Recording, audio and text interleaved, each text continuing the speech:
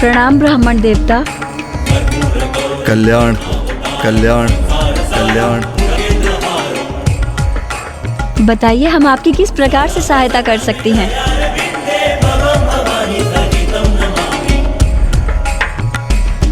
मैं तो एक साधारण ब्राह्मण हूँ जो इस मार्ग से जा रहा था और मुझे एक अद्भुत तेज का आभास हुआ। ऐसा तेज जो एक कठोर तपस्या के बाद ही उत्पन्न हो सकता है। उत्सुकतावश मैं इस ओर खींचा चलाया। आपका अनुमान सर्वथा उचित है ब्राह्मण देवता। महाराज हिमावन की पुत्री देवी पार्वती यहाँ अपना तप कर रही हैं।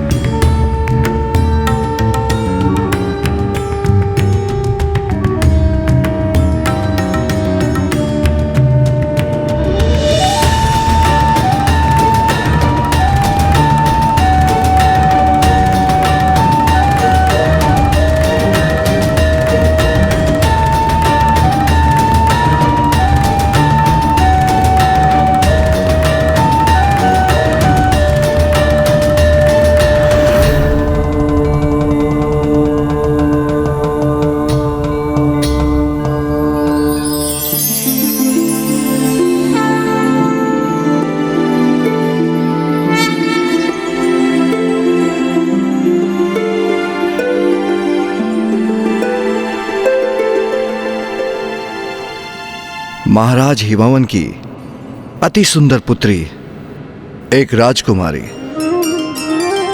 इतनी युवावस्था में इस वन में कठोर तपस्या कर रही है।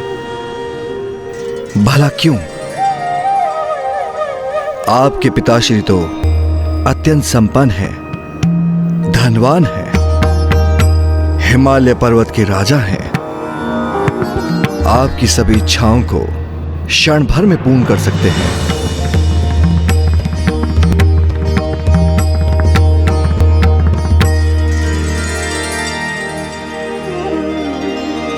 अच्छा, समझ में आया। अवश्य किसी ढोंगी साधु के शब्दों से प्रभावित हैं आप। उसने आपको तपस्या करने का सुझाव दिया। क्यों? उचित कहा ना मैंने? नहीं ब्राह्मण देवता, ऐसा कदापि नहीं है।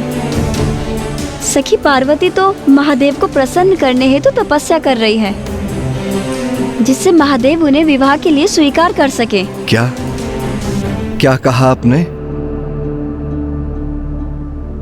महादेव? जिस महादेव को प्राप्त करने हेतु आप इतना कठोर तप कर रही हैं, उस अघोरी से भली भांति परिचित हूं मैं। आपका शुभचिंतक हूं मैं राजकुमारी। कदाचित स्वयं ईश्वर ने मुझे इस मार्ग पर भेज दिया, जिससे आपके समान निष्कपट भोली राजकुमारी को सावधान करा सका। उन महादेव से विवाह करना चाहती हैं आप, जिन्हें विवाह का अर्थ भी ज्ञात नहीं। आपका जन्म संभ्रांत वंश में हुआ। आपके पिता महाराज, आपकी माता महारानी है, किंतु महादेव का जन्म कब, कहां, कैसे हुआ, ये तो आज तक कहीं प्रकट ही नहीं हुआ। एक भिक्षु मात्र है वो स्वयं भोजन नहीं करते तो अन्य किसी को क्या भोजन देंगे? उनके द्वारा एकत्र की भिक्षा उस कपाल में जो अपने साथ लिए फिरते हैं। अरे आप ठहरी राजकुमारी, आभूषण आपका 16 श्रृंगार है, किंतु वो आभूषण के नाम पे आपको क्या दे सकते हैं? अपने कंठ का सर्प? आपकी मांग सिंदूर के स्थान पर भस्म से सुशोभित करेंगे और राजभवन के स्थान पर आपको कठोर शिलाओं और गुफा वाले कैलाश पर भी रखेंगे। और तो और कभी भूल से उनका तीसरा नेत्र खुल गया तो आपको भस्म भी कर देंगे।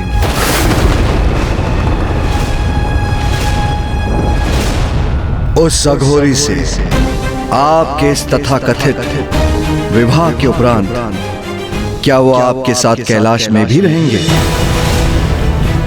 अथवा आपको ही उनके साथ शमशानवासी बनना होगा?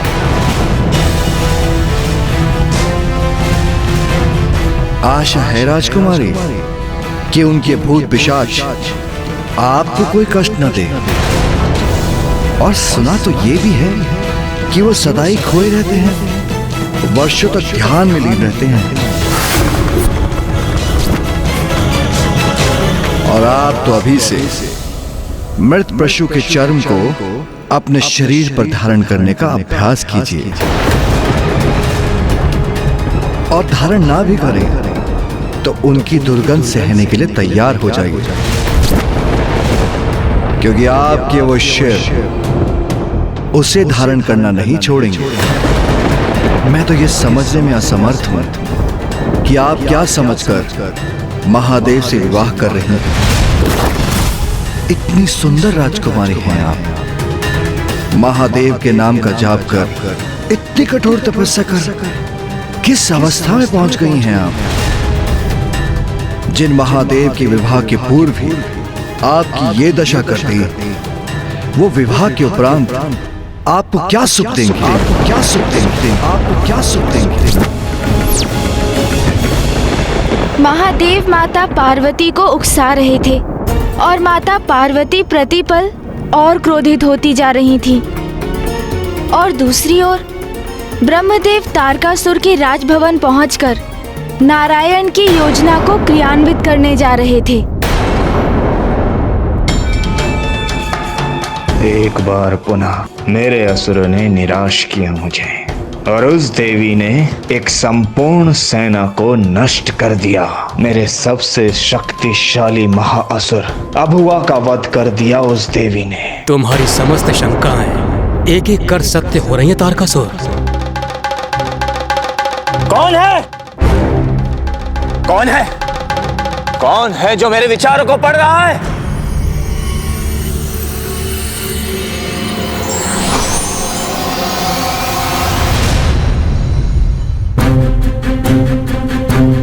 प्रणाम ब्रह्मदेव।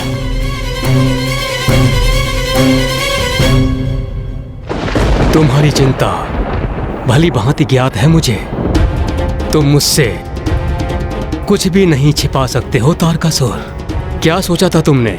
तुम मुझसे ऐसी अवस्था में मृत्यु का वरदान मांगोगे जो सर्वथा असंभव प्रतीत होगा और तुम अमर हो जाओगे। क्यों? सत्य कह रहा हूं ना मैं। किंतु अब ऐसे संयोग प्रस्तुत हो रहे हैं जो असंभव प्रतीत होता था वो शीघ्र संभव हो सकता है। महादेव देवी आदि शक्ति अर्थात देवी पार्वती से विवाह करेंगे। इसकी संभावना बढ़ती जा रही है। यदि महादेव ने देवी पार्वती से विवाह किया तो उनका पुत्र भी अवश्य होगा, और वही पुत्र बनेगा तुम्हारा काल। बनेगा तुम्हारा काल। बनेगा तुम्हारा काल। काल हूं तुम्हारा, शीघ्र जन्म लेकर तुम्हारा वध करूंगा मैं। किंतु मैं अपने सबसे बड़े और महान भक्त के साथ ऐसा कदापि नहीं होने दूंगा। इसलिए इस बार मैंने हस्तक्षेप करने का निर्णय लिया है। एक और ब्रह्मदेव जहां तारकासुर को अपनी योजना में उलझा रहे थे, वहीं महादेव द्वारा ली जाने वाली परीक्षा माता के लिए और कठोर होती जा रही थी। देखिए राजकुमारी, प्रतीत होता है आप एक कल्पना की उड़ान से रचित संसार में जी रही हैं। महादेव की वास्तविकता से पूर्णतः अनभिज्ञ हैं। अपने सुंदर नेत्र खोलिए और सत्य देखिए राजकुमारी। महादेव की विवाह के उपरांत आपको कष्ट ही कष्ट सहने होंगे। राजभवन में रहती हैं आप, और महादेव से विवाह के उपरांत आपको शिलाओं पर रहना होगा।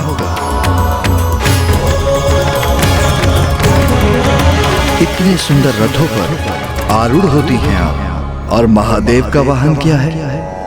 वो वृद्ध बैल।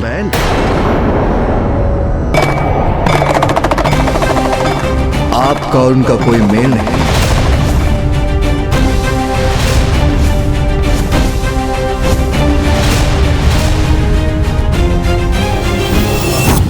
बार बार नारायण आदि शक्ति मेरे असुरों को दिए वरदान का तोड़ जो ढूंढ लेते हैं।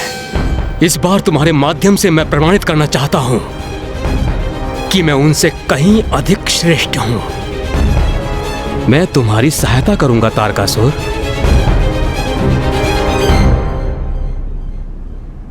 स्मरण रहे तारकासुर, आदि शक्ति हैं वो, कोई साधारण देवी नहीं जिनसे तुम सरलता से निपट लोगे। क्या करूं मैं? आप ही मुझे बताइए। स्वयं को सुदृढ़ और सशक्त करो वत्स। अर्थात एक ऐसी माया नगरी का निर्माण करो जो तुम्हारा स्वयं का स्थान हो, जो तुम्हारा नगर और राजभवन हो। जब महादेव का पुत्र उत्पन्न होगा, इसके उपरांत वो इस नगर में प्रवेश करने का प्रयास करे तो ये पूरा नगर जाल बनकर अपने में फंसा ले। इस तरह महादेव के पुत्र का अंत हो।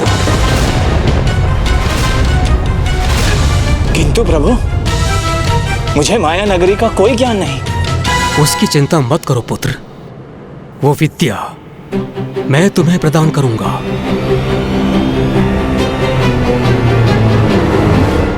कोटि कोटि धन्यवाद प्रभु आपका। किंतु प्रभु, यदि मैं अपनी माया नगरी चला गया तो फिर स्वर्ग का क्या होगा? स्वर्ग लौटा दो देवताओं को, स्वर्ग लौटा दो देवताओं को, स्वर्ग लौटा दो देवताओं को। प्रतीत होता है तारकासुर मेरी योजना के भंवर में फंस चुका है, और उन्हें आदेश दो कि तुम्हारे अधीन रहकर स्वर्ग का कार्यभार संभालें।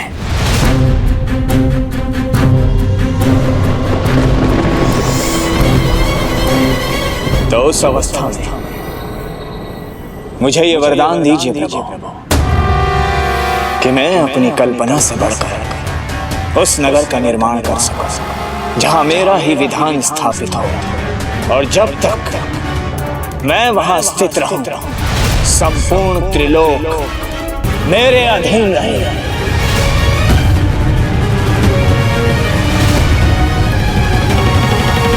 तथास्तु, तथास्तु, तथास्तु।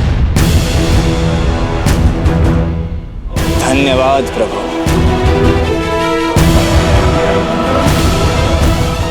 तारकासुर ने अब तक जो आतंक उत्पन्न किया था वो पर्याप्त नहीं था, जो ब्रह्मदेव ने उसे एक और वरदान प्रदान कर दिया। महाराज, इस वरदान के पीछे ब्रह्मदेव और नारायण की एक द्विपक्षीय रणनीति थी। प्रथम कि देवता स्वर्ग पर अपना अधिकार पुनः स्थापित कर सके, और द्वितीय कि तारकासुर अपने नगर के निर्माण में व्यस्त हो जाए, उसका मन भटका रहे, जिससे देवताओं को कुछ और अवकाश प्राप्त हो, जिस अवधि में महादेव और माता पार्वती का विवाह भी संपन्न हो जाए। किंतु विवाह के लिए तो सर्वप्रथम माता पार्वती को महादेव की परीक्षा में सफल होना होगा ना? हाँ माता, आप सर्वथा उचित कह रही हैं। किंतु अभी कैसी परीक्षा ले रहे थे महादेव कि माता का क्रोध उनके चरम पर ही पहुंच रहा था? क्षमा कीजिए ब्राह्मण देवता, आपका सम्मान करना मेरा धर्म है, इसीलिए मैं आपको कुछ नहीं कह रही हूँ। किंतु आपको मेरे समक्ष महादेव की निंदा करने की अनुमति नहीं है।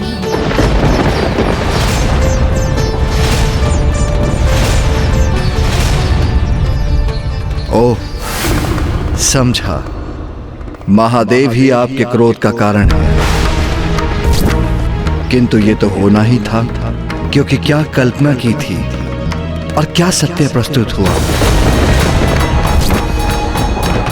इतनी कठोर तपस्या व्यर्थ हो गई आपकी। किंतु आप चिंता मत करें राजकुमारी, अच्छे मन से किया गया कर्म कभी व्यर्थ नहीं जाता। महादेव नहीं तो मैं आपके समक्ष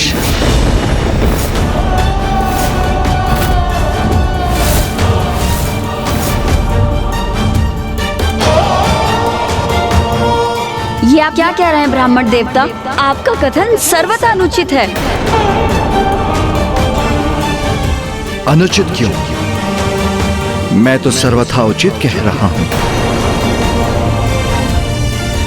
मैं ब्राह्मण अवश्य हूं, किंतु राजकुमारी को उत्तम भोजन दे सकता हूं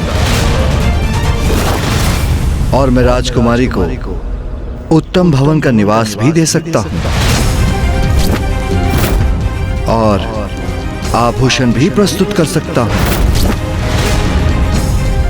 और समाज में प्रतिष्ठा भी प्रदान करा सकता हूं और ये सब आपको वो अघोरी नहीं दे सकता राजकुमारी। इसलिए महादेव का विचार त्याग कर मुझसे विवाह कीजिए।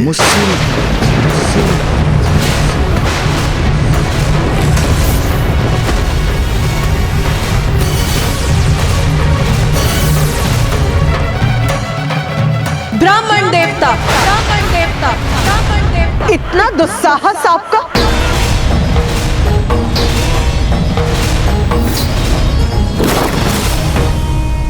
क्रोध त्यागिए सुंदरी और स्वीकार कीजिए मुझसे मेरे विवाह का प्रस्ताव।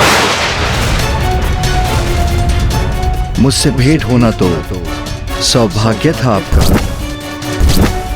अन्यथा महादेव से विवाह करके अनेकों कष्ट सहने पड़ते आपको।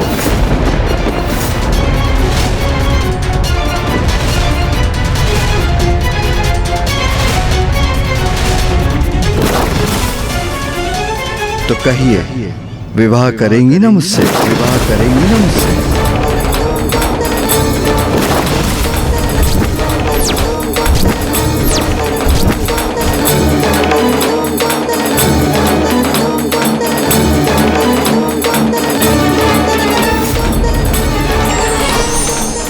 महादेव, इन ब्राह्मण देवता को शांत कराइए स्वामी।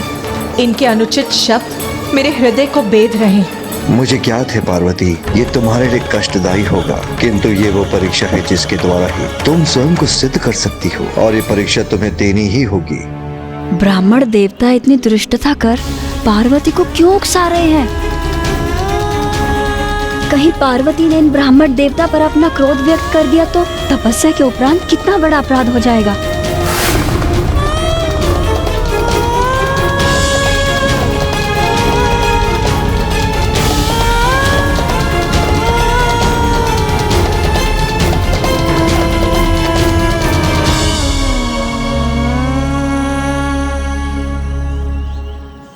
मुख फेरने से क्या होगा राजकुमारी, मैं अपना उत्तर प्राप्त कर कर ही रहूंगा। महाज्ञानी ब्राह्मण हूं मैं, मेरी पत्नी बनकर मेरी सेवा करेंगी तो उद्धार हो जाएगा आपका। पार्वती अपने क्रोध पर नियंत्रण कर रही हैं और ये ब्राह्मण देवता अपने शब्दों से उनकी क्रोध अग्नि में घृत डालने का कार्य कर रहे हैं। ओह, समझा, आप मुझसे अपना मनोहार करवाना चाहती हैं। उचित है, मैं वो भी करूंगा, किंतु आपकी ना कदापि स्वीकार नहीं करूंगा।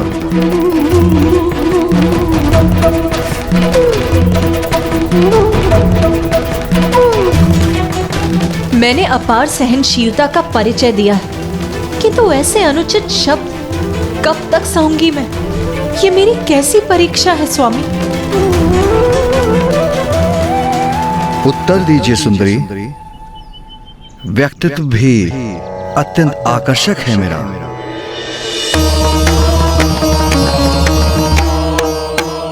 उन अघोर अघोरी महादेव और आपकी जोड़ी की तुलना में तो हम दोनों अनेकों गुण सुंदर दंपति होंगे। बस बस बस। जगदम्ब मदम्ब कदम्ब वन प्रिय वासिनी हासरते शिखर शिरोमणि तुंग हिमलय श्रृंग निजालय मध्य। बहुत आदर सम्मान हो गया है इन ब्राह्मण देवता का, किंतु अब एक क्षण भी यहाँ रुककर इनका अनर्गल प्रलाप और नहीं सहूंगी मैं। जो मेरे स्वामी महादेव की निंदा करेगा वो तो महापाप का भागी होगा ही, किंतु जो उनकी निंदा का श्रवण करेगा वो भी तो पाप ही करेगा। चलो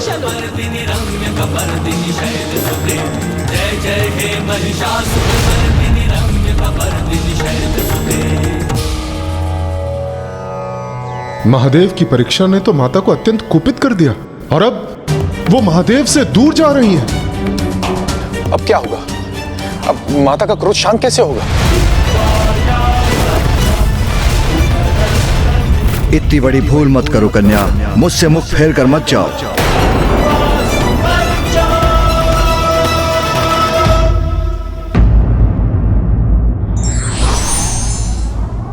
पूर्ण समर्पण और आस्था ही किसी भी भक्त को उसके भगवान के निकट ला सकता है।